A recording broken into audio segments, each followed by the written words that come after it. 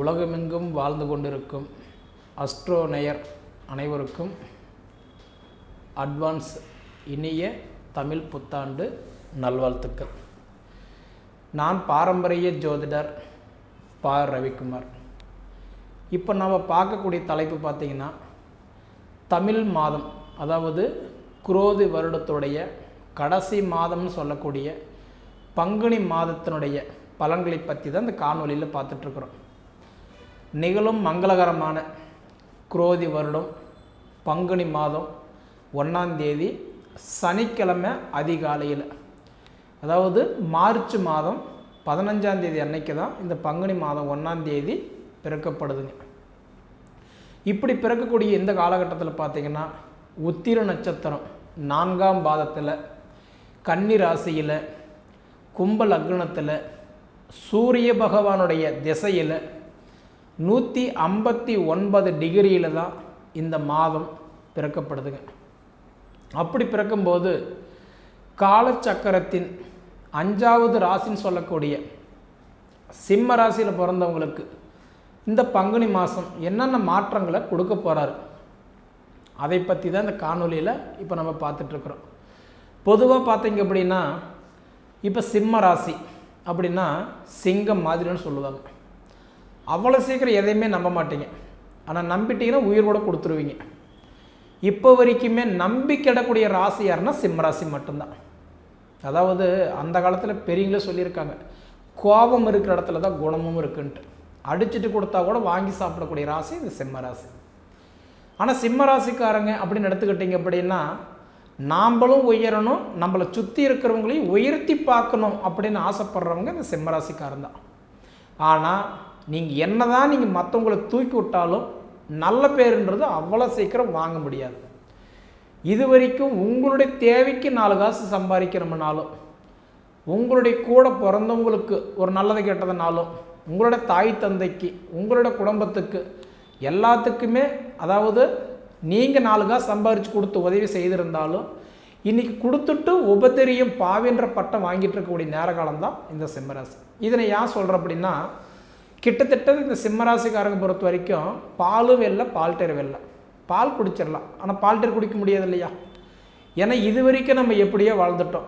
ஆனால் இந்த பங்குனி மாதம் 15ஆம் தேதி பார்த்திங்கன்னா சனி பெயர்ச்சி ஆகிறார். அந்த சனி பெயர்ச்சி ஆகும்போது கும்பத்தில் இருக்கக்கூடிய சனி பகவான் மீன ராசிக்கு போகிறாரு. அப்போ மீன ராசிக்கு போகும்போது எல்லாவுடைய கட்டன்றது சிம்ம ராசிக்காரங்களுக்கும் அடுத்தது அஷ்டமத்து சனின்றது ஸ்டார்ட் ஆகும். இது நீங்கள் கேள்விப்பட்டிருப்பீங்க. ஆனால் இந்த பங்குனி 15 தேதிக்கு முன்னாடி வரைக்கும் பார்த்தீங்கன்னா, கும்பராசியில் இருக்கிற சனி பகவான் 7ஆம் இடமா உங்கள் ராசி பார்க்குறாரு, கலஸ்தர ஸ்தானத்தை பார்க்குறாரு, அப்படின்னா திருமண ஸ்தானத்தை பார்க்குறாரு. அப்போ சிம்ம ராசிக்காரங்களுக்கு இந்த பங்குனி 15க்குள்ளார பார்த்தீங்கன்னா ஒரு நல்ல செய்தியில் நிறைய வரும். அதாவது வண்டி வாங்கலாமா, இடம் வாங்கலாமா, வீடு கட்டலாமா, தொழில் மாற்றலாமா, தொழில் ஆல்ட்ரேஷன் பண்ணலாமா, இல்லை வீடு ஆல்ட்ரேஷன் பண்ணலாமா, வீடு மாற்றலாமா, இல்லை கல்விக்கு படிப்புக்கு காலேஜுக்கு ஏதாவது மாற்றலாமா, இந்த மாதிரி எதிர்பார்ப்பெல்லாம் நிறைய உங்களுக்கு தோணும். ஆனால் இந்த பங்குனி மாதம் 15 தேதிக்கு மேலே போயிட்டீங்கன்னா உங்களுக்கு அஷ்டமத்து சனி வரும்போது ஒவ்வொரு நிமிஷமும் நீங்கள் கொஞ்சம் ஜாக்கிரதையாக இருக்கணும். ஏன்னா அப்போ இந்த சனி மட்டும்தான் நம்மளை ஆட்சி பண்ணுறாரா? கிடையாது. அப்போ வந்து பார்த்திங்கன்னா அடுத்தது ஒரு 2 மாத கேப்பில் குரு பயிற்சியாகிறார். குரு பயிற்சின்றது எப்படின்னா மே மாதம் 14ஆம் தேதி. அப்போ மே மாதம் 14ஆம் தேதி என்ன பண்ணுறாருன்னா, ரிஷபத்தில் இருக்கிற குரு பகவான் மிதுனத்துக்கு வந்துடுவார். அப்போ மிதுனத்துக்கு வந்துட்டாருன்னா குரு வந்து உங்கள் ராசியை 3வது ராசியை பார்ப்பார். 3வது ராசின்னா சகோதர ஸ்தானம், தைரியஸ்தானமாக இருந்து பார்க்குறாரு. அப்போ உங்களை கைப்பிடிச்சி தூக்கிறது யாருன்னா குரு பகவான் மட்டும்தான். நிறைய பேர் வந்து சொல்லுவாங்க, சிம்ம ராசிக்காரங்களுக்கு அஷ்டமத்து சனி வந்துருச்சு, சரியில்லை, அப்படி இருக்க போகிறாங்க, இப்படி இருக்க போகிறாங்க, அது நடக்கு இது நடக்குன்னு சொல்லுவாங்க. ஆனால் குரு பார்வைப்பட்ட கோடி புண்ணியம் இல்லைங்களா? அந்த குரு பகவான் வந்து பார்த்திங்கன்னா உங்களுக்கு எத்தனாம் இடத்துக்கு வந்துடுறாரு? கரெக்டாக வந்து மிதுன ராசிக்கு வந்து உங்கள் ராசியை 3வது இடமா பார்க்குறாரு. சகோதர ஸ்தானம், தைரியஸ்தானமும் உங்கள் ராசி பார்க்குறாரு. அதனால் நீங்கள் பயப்பட வேண்டிய அவசியமே இல்லை, சரிங்களா? அப்படி பார்த்தீங்கன்னா ஒரு வருஷத்துக்கு உங்களுக்கு குருவுடைய பார்வை எப்போன்னா மே மாதம் 14ஆம் தேதியில் இருந்து கிட்டத்தட்ட அடுத்தது கரெக்டாக மே முடிஞ்சு ஜூன் மாதம் வரைக்கும் பார்த்தீங்கன்னா சனி வந்து மிதுனத்திலிருந்து உங்கள் ராசி பார்ப்பார். அதனால் அஷ்டமத்து சனி இருக்குதுன்னு சொல்லி நீங்கள் பயப்பட தேவையில்லை. யாராவது உங்களுக்கு அஷ்டமத்து சனி நடக்குது, அது வரும் இது வரும் கெண்டை வரும் ரொம்பவும் பயமுறுத்துற மாதிரி சொன்னாங்கன்னா நீங்கள் கேட்கலாம், தப்பு இல்லை. ஏன்னா மிதுன ராசிக்கு வர குரு பகவான் 3ஆம் இடமா தைரியஸ்தானத்தை என் ராசி பார்க்குறாரு, அதனால் எனக்கு கண்டிப்பாக நல்லா தான் இருக்கும் அப்படின்றது நீங்களே கேட்கலாம். ஒன்று. அடுத்தது பார்க்கும்போது அந்த குரு பகவான் வந்து பார்த்தீங்கன்னா இப்போ 10ஆம் இடத்துல இருக்கிற குரு பகவான் அடுத்தது 11ஆம் இடத்துக்கு வந்துடுவார். ஏன்னா 10ல் குரு இருந்தால் பதவி கூட பறிபோகமுட்டான் இல்லைங்களா? அப்போ கிட்டத்தட்ட இந்த 10 மாதமாக பார்த்தீங்கன்னா சிம்ம ராசிக்காரங்களுக்கு வேலை பறி போனதை மட்டும்தான் மிச்சம். வேலை பறி போயிருக்கணும், கொடுத்த காசு வாங்க முடியல, வாங்கின கடனை கட்ட முடியல, வெச்ச நகையை திருப்ப முடியல, குடும்பத்தில் நிம்மதி இல்லை, ஆராட்டம் போராட்டமாக இருக்குது, சாப்பாடு இருக்கிற நிம்மதி சாப்பிடும்போது இல்லை. கரெக்டாக 10 மாதம். ஏன்னா இந்த 10 மாதமாக பார்த்தீங்கன்னா உங்கள் வாழ்க்கையில் உழைப்புக்கு தகுந்த உயர்வில்லை, வயசுக்கு தகுந்த வளர்ச்சி இல்லை. அப்போ உங்களுக்கு வந்து அஷ்டமத்து சனி பிடிக்குதுன்னு அஷ்டமத்து சனி மட்டும் சனியை மட்டும் வச்சு பார்த்தா சரியில்லை, அது நானும் இல்லைன்னு சொல்ல முடியாதுங்க. ஆனால் சனி உங்களுக்கு அஷ்டமத்து சனி பிடிச்சாலும் குரு பகவான் வந்து உங்கள் ராசியை வந்து பார்த்தா 3ஆம் இடமா பார்க்குறாரு, உங்கள் ராசிக்கு 11ஆம் இடத்துல குரு வந்துடுறாரு. அப்போ லாபஸ்தானத்துக்கு குரு வந்துடுறாரு. அப்போ கண்டிப்பாக நமக்கு நல்லது செஞ்சே தீர்வார். சரிங்களா? அதே மாதிரி அடுத்தது வந்து பார்த்தீங்க அப்படின்னா சிம்ம ராசிக்கு வந்து பார்த்தீங்கன்னா இந்த ராகு கேது பயிற்சி ஆகும்போது சிம்ம ராசிக்கு கேது வந்து உட்காந்துருவார். அதாவது காலச்சுத்தன பாம்பு மாதிரி கேது பகவான் உங்கள் ராசியில் வந்து உட்காந்துருவார். அப்படி உக்காந்துட்டாருன்னா அப்போ நமக்கு இந்த ராகு கேது பயிற்சி பெருசாக நல்லதை செய்ய மாட்டார். அப்போ உங்களுக்கு சனி பயிற்சியும் நல்லா இல்லை, ராகு கேது பயிற்சியும் நல்லா இல்லை. அப்போ குரு பயிற்சி உங்களுக்கு நல்லா இருக்குது. சரிங்களா? அப்போ இந்த குரு பயிற்சி நல்லா இருக்கும்போது உங்களுடைய அமைப்புக்கு வந்து பார்த்தீங்கன்னா உங்கள் வீட்டுக்கு அதிபதி இப்போ 8ஆம் வந்துட்டார். 8ஆம் இடம். ஒரு மனிதனுக்கு மண்மனையை அமைக்கணும், வீடு வாசல் கட்டணும்,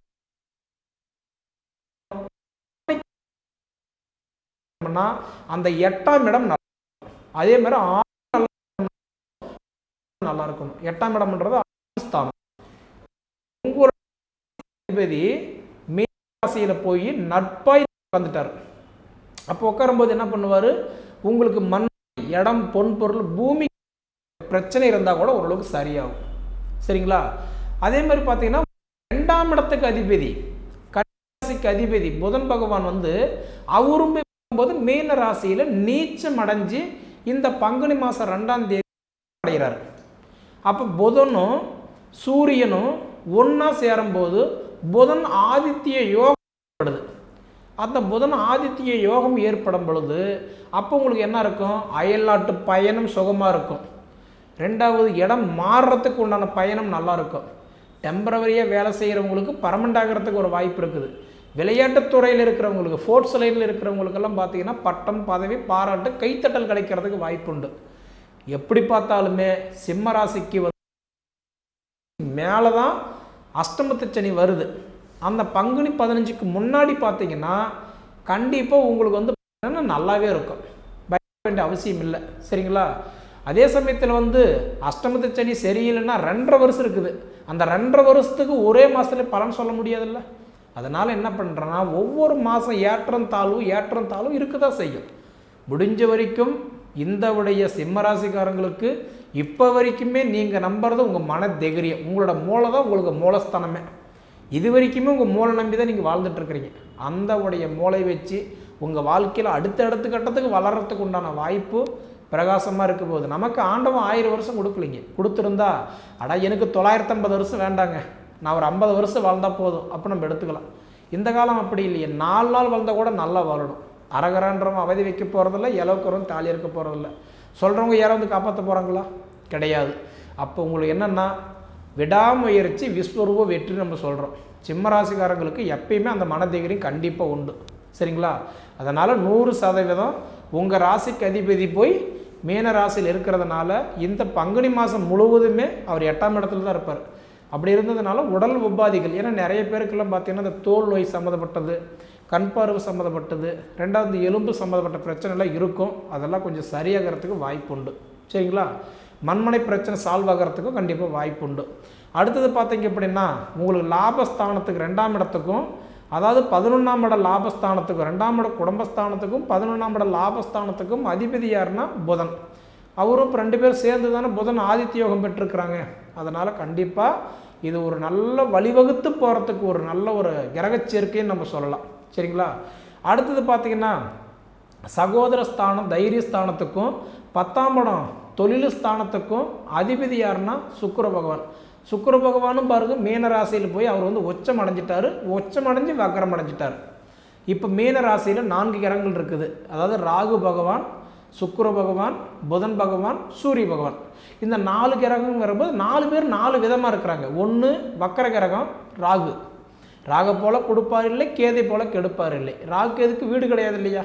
எந்த வீட்டில் உட்கார்றாரோ அந்த ஸ்தானம் நல்லாயிருக்கும். அப்போ உங்களுக்கு 8ஆம் இடத்துல ராகு உட்காந்தா மண்மனை சார்ந்த விஷயங்கள் நல்லாயிருக்கும். அடுத்தது சுக்கிரன் உச்சமடைஞ்சு வக்கரம் அடைஞ்சிருக்கிறாரு. அப்படி பார்த்தீங்கன்னா வண்டி வாகனம் வாங்குகிற யோகம், அதாவதுன்றது முடிஞ்ச வரைக்கும் மாற்றுறதுக்கு யோகம், ஆடம்பர தேவை பொருட்கள் வாங்குறதுக்கு சுக்கிர பகவான் உச்சமடைஞ்சிருக்கிறது நல்ல வாய்ப்பு. அடுத்தது புதன் வந்து நீச்சமடைஞ்சு வக்கரம் அடைகிறார். அப்படின்னா சூரியன் பகவான் போய் அந்த இடத்துல சேரும்போது புதன் ஆதித்ய யோகம் ஏற்படும் பொழுது நிறைய பேருக்கெல்லாம் பார்த்தீங்க அப்படின்னா, அதாவது இருக்கக்கூடிய விஷயம் உங்களுக்கு நனவாகிறதுக்கு ஒரு வாய்ப்பு உண்டு. நீங்கள் பண்ண வேண்டியதெல்லாம் ஒன்று தான். திருநள்ளாறு போயிட்டு வந்தால் கண்டிப்பாக திருப்பம் நடக்குன்னு சொல்லுவாங்க. அடுத்தது பார்த்தீங்கன்னா எள்ளும் சோறு கலந்து காகத்துக்கு வச்சுட்டு வாங்க. ஏன்னா அஷ்டமத்து சனியில் சனி பகவான் சாதம் வச்சுட்டு வந்தால் கண்டிப்பாக நமக்கு தலைக்கு வர்றது தலைப்போக்கோட போகும்னு சொல்லுவாங்க. சரிங்களா? அதே மாதிரி நவகிரகத்தை சுற்றிட்டு வாங்க. இது ரொம்ப ரொம்ப உங்களுக்கு நல்லது. முடிஞ்ச வரைக்கும் எல் தீபம் வாங்கி விளக்கு போகிறதுங்க, அது உங்களுக்கு நல்லதுங்க. சரிங்களா? அடுத்தது பார்த்தீங்க அப்படின்னா 4ஆம் இடம் சுகஸ்தானத்துக்கும் 9ஆம் இடம் வந்து பார்த்தீங்க அப்படின்னா கட்டான்றது வந்து பாக்கியஸ்தானத்துக்கும் அதிபதினு சொல்லக்கூடிய செவ்வாய் பகவான் 11ஆம் இடத்துல லாபஸ்தானத்தில் இருக்கிறதுனால உங்களுடைய விட்ட சொந்தங்கள் எல்லாமே உங்களுக்கு தேடி வரத்துக்கு வாய்ப்பு உண்டு. பிரிஞ்சு போயிட்டாங்க இவனா முன்னாடி சேர்றதுக்கு வாய்ப்பு உண்டு.